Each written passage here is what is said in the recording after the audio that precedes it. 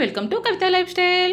ఇంకా ఈరోజు స్వీట్ దోశ అయితే ప్రిపేర్ చేసేద్దామి. ఒక 2 కప్పుల వరకు రాగి పిండి, 1 కప్పు గోధుమ పిండి, 1 కప్పు శనగపిండి అండి, 1 కప్పు బెల్లము, ఇవన్నీ మిక్స్ చేసేసుకోవాలి. కొద్దిగా వాటర్ పోసుకుంటూ మన దోశ బ్యాటర్ ఎలా ఉంటుందో అలా అయితే ప్రిపేర్ చేసేసుకోవాలి. ఇందులోని బెల్లం ఉంటల్లాగా ఉంటుంది కదా, 1 గంట సేపు అలాగే వదిలేస్తే బాగా కరిగిపోతూ ఉంటుంది.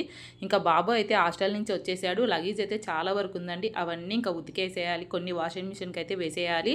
ఇంకా ఈలోగా ఇంక ఇదైతే ప్రిపేర్ అయిపోయిందండి దోశ పిండి. ఇంక ఇలా దోశ అయితే వేసేసుకుంటాను. ఈ స్వీట్ దోశ అంటే చాలా ఇష్టంగా తింటారండి మా ఇంట్లో పిల్లలైతే. ఇంకా బాబుని కూడా అడిగితే నాకు స్వీట్ దోశ కావాలని చెప్పేశాడని చెప్పి ఇంకా నేనైతే ఇలా ప్రిపేర్ చేశాను. కానీ స్వీట్ దోశలోకి మనము నెయ్యి వేసేసుకుంటేనే చాలా కమ్మగా ఉంటాయండి. సేమ్ మనం భక్షాలు ఎలా ఉంటాయో అలాగే అనిపిస్తుందండి తినేటప్పుడు, చాలా సాఫ్ట్గా ఉంటుంది.